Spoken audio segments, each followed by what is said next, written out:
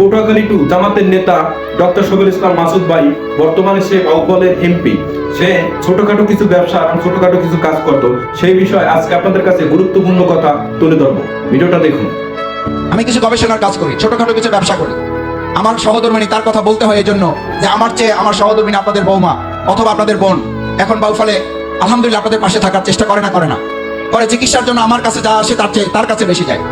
আলহামদুলিল্লাহ। আমি এটাও বলছি এই কারণে, আমি আপনাদের খুশি করার জন্য বলছি না, আল্লাহ সাক্ষী বলছি। আমি বিয়ে করার সময় আমি আমার আব্বা আম্মাকে বলেছি আমি ডাক্তার হওয়ার আমার ইচ্ছা ছিল, পারি নাই, যে কোনো কারণে হোক আল্লাহ কবুল করেন নাই। তখন আমি বলেছিলাম আমি এমন একজন সহধর্মিনী নিতে চাই, আমি আমার ডিগ্রি দিয়ে যেমন সম্মান রক্ষা করার জন্য চেষ্টা করব, আমার সহধর্মিনী মানবিক সেবায় বাউফলবাসীর পাশে যেন সে ভূমিকা রাখতে পারে। আমার যদি সুযোগ থাকে তাহলে আমি একজন চিকিৎসককে নিয়ে আমি সংসার করতে চাই।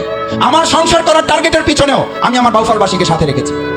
আমি চেষ্টার মধ্যে রেখেছি আমার বাউফলবাসীর জন্য কল্যাণ সে করতে পারে। আলহামদুলিল্লাহ। সে প্রতিদিন বলে যে আজকে 50 জন রুগী দেখেছি, তার মধ্যে 40 জন বাউফলের, তার মধ্যে 25 জনের কাছ থেকে কোনো ভিজিট রাখতে পারি নাই, কারণ তারা বলেছে আমি মাসুদ ভাইয়ের লোক, কিসের ভিজিট, যাওয়ার সময় রিক্সা ভাড়া দিয়ে দেবেন।